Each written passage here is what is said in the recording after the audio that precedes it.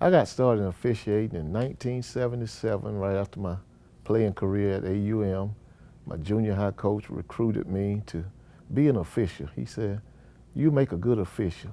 And I told him, I said, "Well, I think I'll give it a try. I don't know if I want to do it, but just being a player, as a player, it would just keep me close to the game because my career was over." So that's how I got started into officiating. One of the most memorable moments would be the 2013 championship. Had Mountain Brook playing in the championship game up there, and we were three-man official. I went running down the court, and I look back, and I see this fan come out on the floor with a striped shirt and black pants. I looked over and saw my two partners. I said, "Hey, it's four of us out here, man."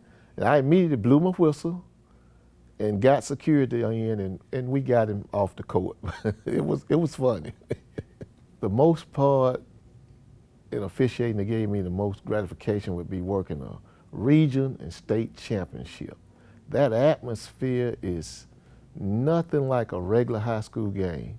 You know, you can get that rush, that adrenaline when you step out there and there's 10,000 people up in that arena. Man, you get the bubbles in your stomach. But, you know, that's the most gratifying situation. Just coming from working in the rural schools all the way to the mountaintop, and you say, "I made it." The person that had a big influence in my officiating really was James Jackson.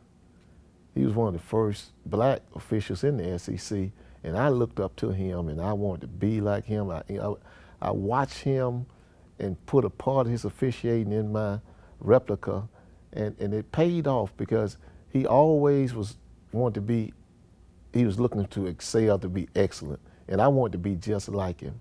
But everything I learned in officiating comes from James Jackson. The family would be a big part of officiating, because you got to have a good family officiating. The nights that you're gone away from home, from the kids, the family, and you miss anniversaries, birthdays, and all those things that you can't replace them. It goes back to my brother, sister, and mother-in-laws. Everybody in that family, I dropped those kids off when I was going to call the game. They had to look at them. My wife, I can always say that she always took me to the airport, and she always brought me back, was there to pick me up. If it wasn't her mother-in-law lived right across from the airport. And I can just drive my car out there, and she'd run me over to the airport and take me over and bring me back. And it just, the family is just, I'm telling you, if you don't have a good family oriented for officiating, you're not going to be able to stay in it if you're not supported by your family. The advice I would give a first-year official is know the rules.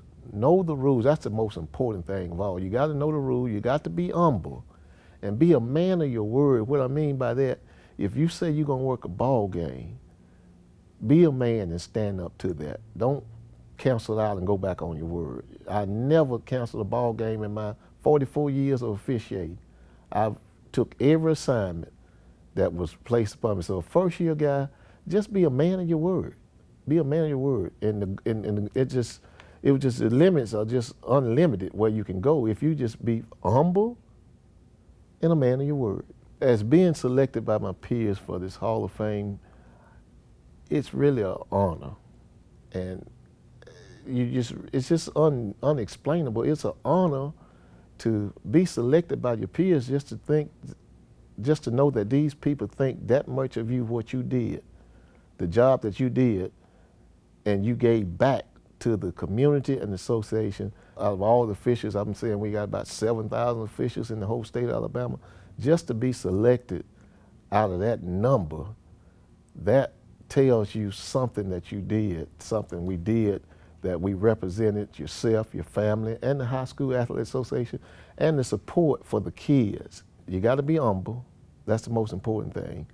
And when I officiated, when I started out, I thought nobody really cared about the officials.